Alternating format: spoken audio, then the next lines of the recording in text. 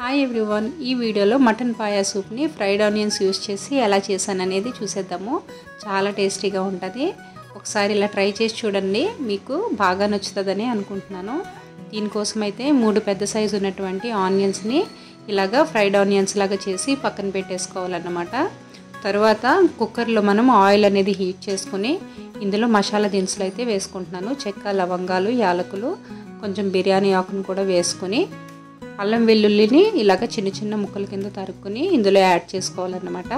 తర్వాత 2 table spoon వరకు మిరియాలని కచ్చాబచ్చాగా దంచుకొని ఇందులో వేసుకుని 1 టేబుల్ స్పూన్ వరకు అల్లం వెల్లుల్లి పేస్ట్ కూడా యాడ్ చేసి అల్లం వెల్లుల్లి పేస్ట్ అనేది పచ్చివాసన పోయేంత వరకు వీటన్నిటిని అయితే ఫ్రై చేసేసుకోవాలి.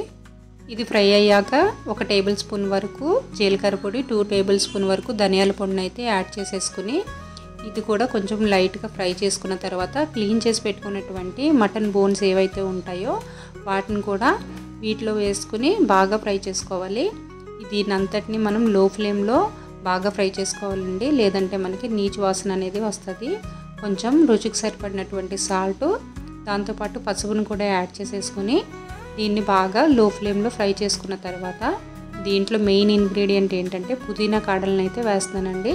గుప్పెడు పుదీనా కాడలను తీసుకొని ఇందులో వేసుకుంటున్నాను. తర్వాత కొంచెం కొత్తిమీర, కరివేపాకును కూడా యాడ్ చేసుకోవాలి. మీరు మిరియాలు ఎంత తీసుకున్నారో దాన్ని బట్టి కారం అయితే యాడ్ చేసుకోవాలండి. నేను ఇక్కడ 2 టేబుల్ స్పూన్ వరకు కారంని అయితే యాడ్ చేసుకున్నాను. తర్వాత మనం ఫ్రై చేసి పెట్టుకున్నటువంటి ఫ్రైడ్ ఆనియన్స్ని 1/2 కప్ వరకు ఇందులో వేసుకుంటున్నాను. మెయిన్ ఏంటంటే మనం అన్నీ వేసుకోకూడదండి.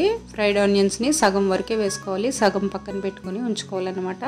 తర్వాత 4 పచ్చిమిర్చిని ఇలా కట్ చేసి ఇందులో వేసుకుని 1 లీటర్ వరకు వాటర్ని అయితే యాడ్ చేసుకుంటున్నానండి. ఆయిల్ అనేది కంపల్సరీ పైకి తేలిన తర్వాతే వాటర్ అనేది యాడ్ చేసుకోవాలండి, లేదంటే టేస్ట్ అస్సలు బాగోదు. అందుకనే మీరు లో ఫ్లేమ్లో ఈ ప్రాసెస్ అంతా చేసుకోవాలన్నమాట. లీటర్ వాటర్ అయితే ఇందులో యాడ్ చేసేసుకుని సాల్ట్ అనేది ఒకసారి అడ్జస్ట్ చేసుకోండి.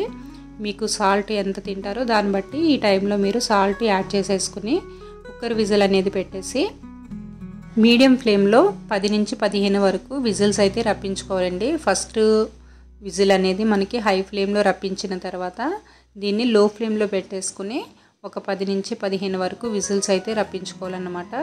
విజిల్స్ అన్నీ కంప్లీట్ అయిన తర్వాత ఆవిరంతా పోయిన తర్వాత మళ్ళీ దీన్ని స్టవ్ మీద పెట్టి మళ్ళీ మరిగించుకోవాలండి. చూసారు కదా, నాకు 10 నుంచి 15 వరకు విజిల్స్ అయితే రప్పించుకున్న తర్వాత ఇలా ఆయిల్ అనేది బాగా పైకి తేలింది.